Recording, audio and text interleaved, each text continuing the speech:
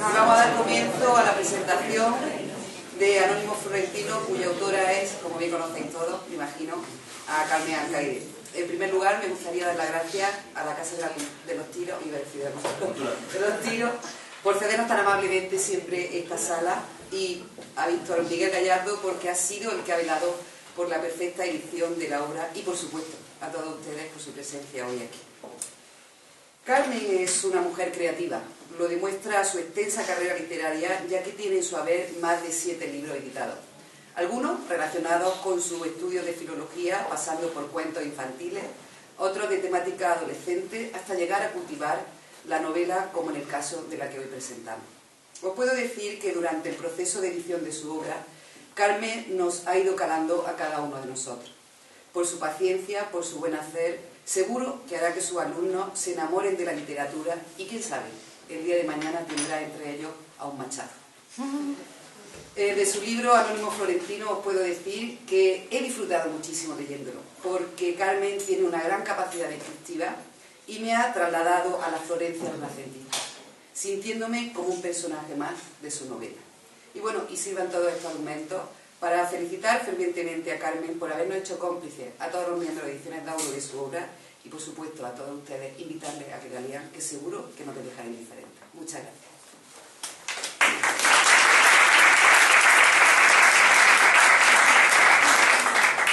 Buenas tardes. Es para mí un auténtico placer estar aquí esta tarde junto a Carmen y a Lola en la presentación de esta apasionante novela en la que he tenido el honor de trabajar. La labor del editor es en muchos casos ingrata, ya que te ves obligado por circunstancias del mercado a trabajar en libros que no son los que tú elegirías como lector. Este caso ha sido totalmente distinto. Anónimo Florentino tiene todo lo que yo busco en una novela histórica. Por un lado, una ambientación sumamente cuidada, llena de detalles, muchos de ellos insignificantes a simple vista, que sirven para llenar de vida y verosimilitud sus páginas. También están los personajes, muy conseguidos y bien desarrollados, llenos de matices y aristas, y por supuesto la trama, interesante además de bien llevada. Pero por encima de todo hay dos aspectos de esta novela que conviene mencionar. El primero es cómo está escrita. Carmen podría haber optado por lo fácil, pero en vez de eso ha escrito el libro utilizando un estilo y un lenguaje que se asemejan más a los utilizados en siglos pretéritos que a los actuales. Esto dota a la novela de un poder de inmersión tremendo. El lector puede abandonarse a la lectura y sumergirse de lleno en la historia de una forma más creíble que si el lenguaje utilizado fuera el común. La segunda cuestión a tener en cuenta es la cuidada documentación a la que Carmen ha recurrido para dar verosimilitud a la obra. Anónimo Florentino supone una aproximación de forma cruda, realista y sin censura a la Italia de finales del medievo, haciendo también hincapié en el famoso cautiverio en Babilonia del papado, que durante casi un siglo dejó la ciudad de Roma para trasladarse a Aviñón. La comparativa con la Babilonia bíblica y sus excesos no es gratuita, como podemos descubrir en los capítulos que se desarrollan en la pequeña localidad francesa. También asistiremos al apasionante bullicio del siglo XIV italiano, en donde artistas y artesanos formaban parte de la que seguramente es la mayor época dorada del arte de toda la historia. Pero más allá de ser un periodo de excelsa creatividad, fue ante todo un siglo convulso a nivel político y humano. A mediados de siglo, como ya veremos en la novela, la peste negra asoló Europa. Los ducados y principados italianos sufrieron de forma especialmente virulenta esta epidemia, como bien sabemos gracias a la literatura de la época. No es una paradoja que en esta Italia, vuelta del revés, destrozada por guerras entre duques, papas y príncipes, y asolada por la enfermedad y la miseria, se gestaran algunas de las más maravillosas obras de arte que el ser humano ha sabido crear. Los historiadores hacen hincapié en que son los periodos de incertidumbre los mayores motores para acelerar el intelecto humano. A nadie puede extrañar, pues, que en la agitada península itálica del siglo XIV viera nacer a tantísimos genios en el campo de las artes, la ciencia y la literatura, ni que siglos después las dos guerras mundiales sirvieran para dar un salto tecnológico que cambió la forma de interacción de la humanidad durante el resto del siglo XX. Un último apunte sobre la obra. Muchos la considerarán, estoy seguro, como muy directa, tal vez demasiado directa, a la hora de retratar las pasiones humanas. En mi opinión supone un soplo de aire fresco dentro del panorama actual de la novela histórica, que ha derivado más hacia tramas detectivescas o románticas que, sinceramente, poco o nada tienen que ver con las sociedades que intentan recrear. El amor romántico que tenemos tan asumido como universal no existía como tal en el medievo, y la novela refleja claramente esta situación dejándose de edulcoradas visiones fuera de contexto. Sí, existía el amor, por supuesto, pero de otro tipo. El amor por el poder, por el dinero y, por supuesto, el amor por uno mismo, tal y como veremos claramente reflejado en el excepcional protagonista. Soy de la opinión de que en las presentaciones editoriales es el autor el principal protagonista y que el resto de participantes somos comparsas, tenemos que ser escuetos y concisos. Así que, sin más preámbulo, quiero dar la palabra a Carmen, que es sin duda la que nos puede hablarnos de esta obra. Muchas gracias.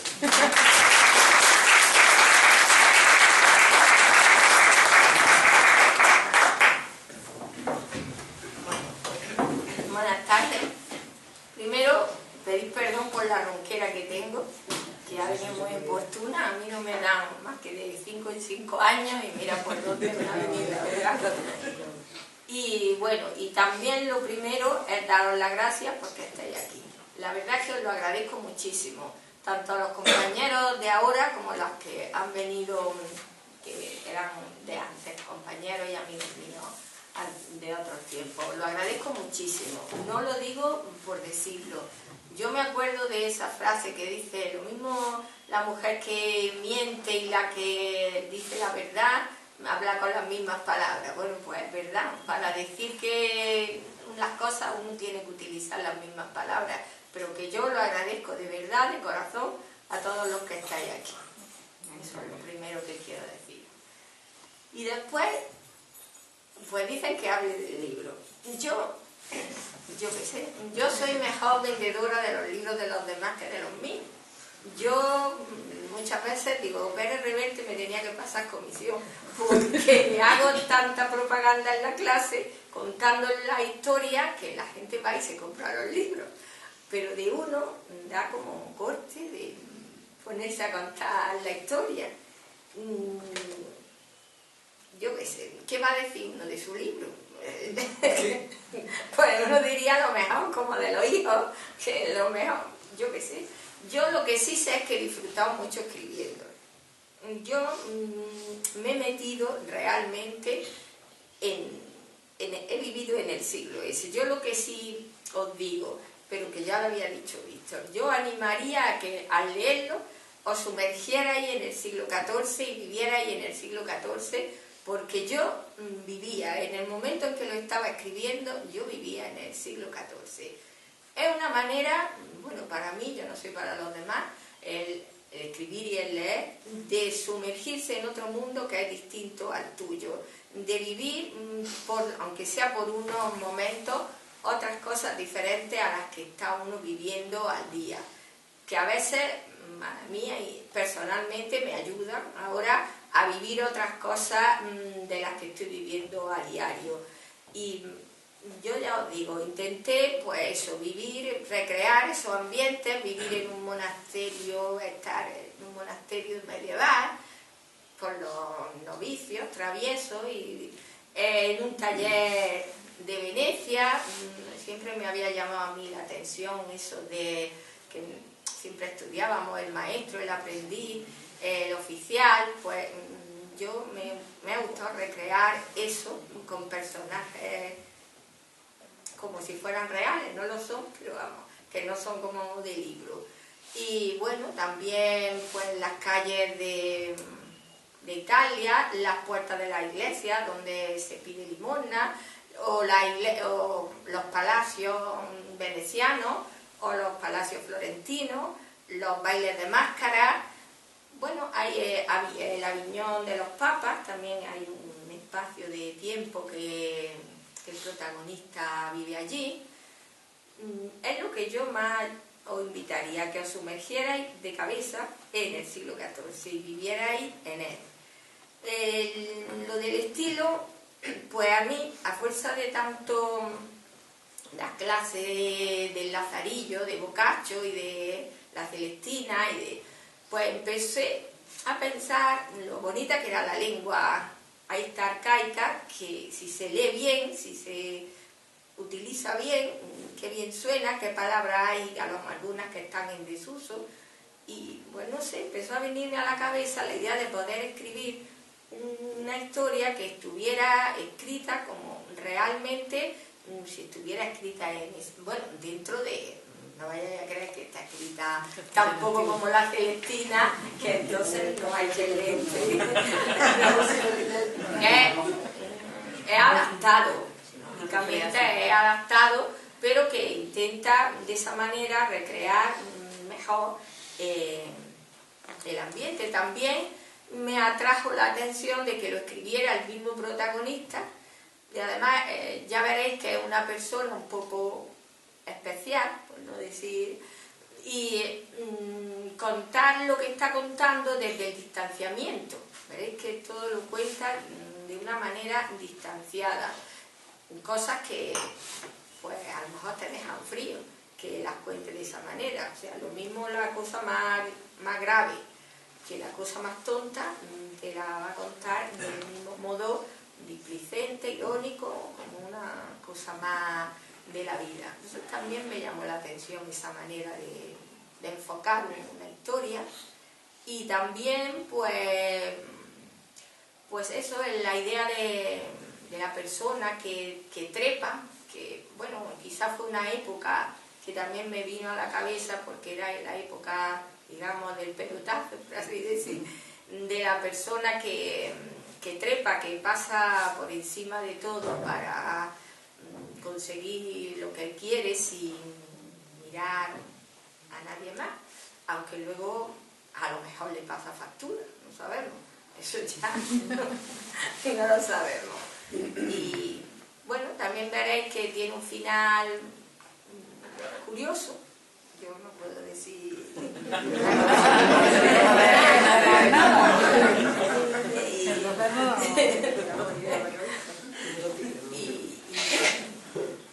no sé qué más deciros. Yo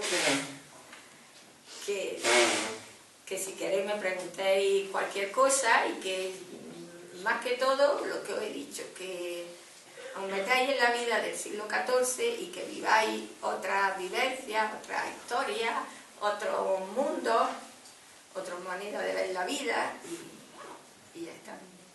También me atrajo la idea de que fuera un artista renacentista, porque me gusta la historia, me gustó el proceso de documentarme, no fue penoso, digamos, de decir que a pesar de ahora tengo que mirar un libro.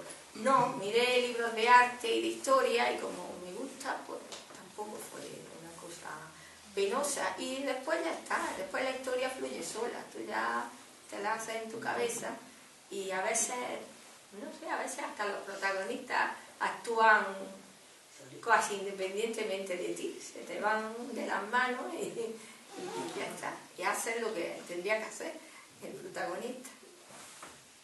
¿Y qué más voy a decir yo? No sé qué más decir ya.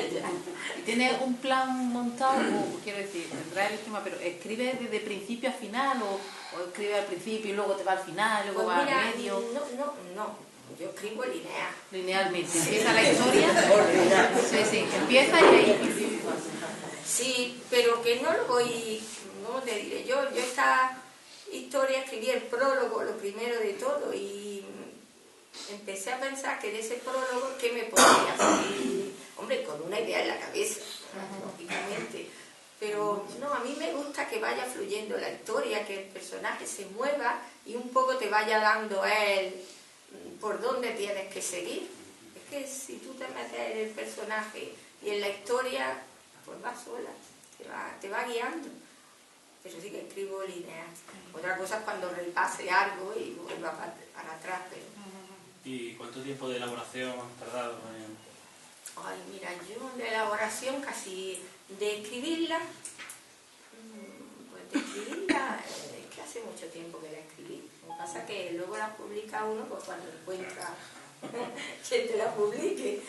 Pero que escribirla, pues que tarde un año y medio, una cosa así. Luego tienes que revisarla. Luego antes buscar un poco de... la información tampoco es que tengas que buscarla antes del todo, sino como vaya pidiéndola y revisarla, a ver si... Luego lo más pesado a lo mejor es revisar, a ver si han metido la pata en algo que cualquiera sabe, ¿no?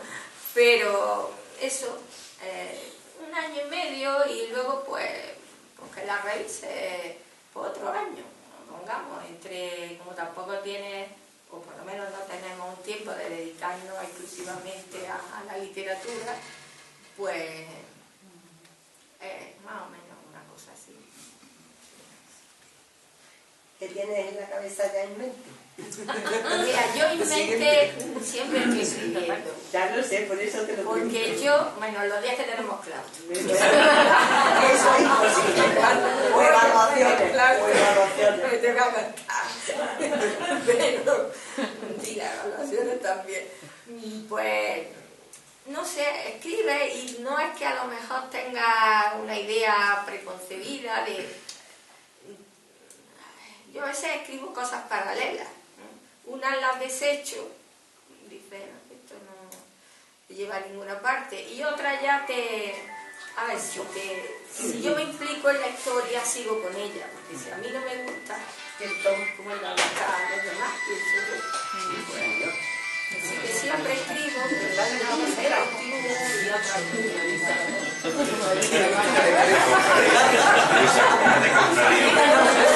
no lo puedo aguantar.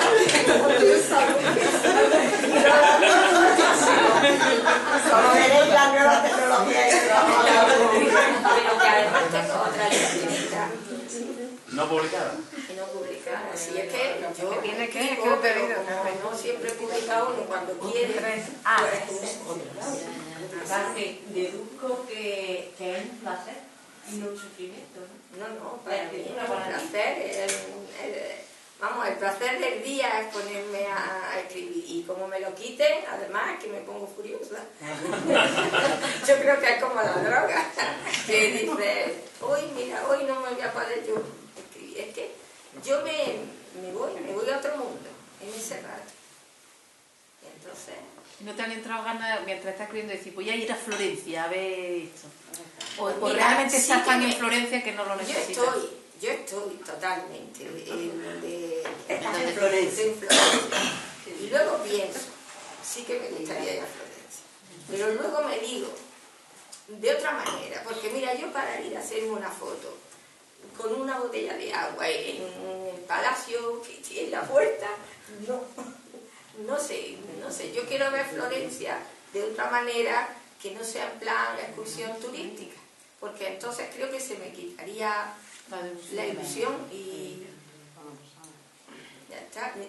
Una vez oí a un señor del Albaicín esperando un autobús que había estado no sé dónde y decía, pues mira, no sé, porque es que luego te desilusionas. Decía. Yo, era de los patios cordobeses o algo así estaba hablando. Lo he visto, pero luego te desilusiona. Entonces yo quisiera pues no desilusionar. No, pero...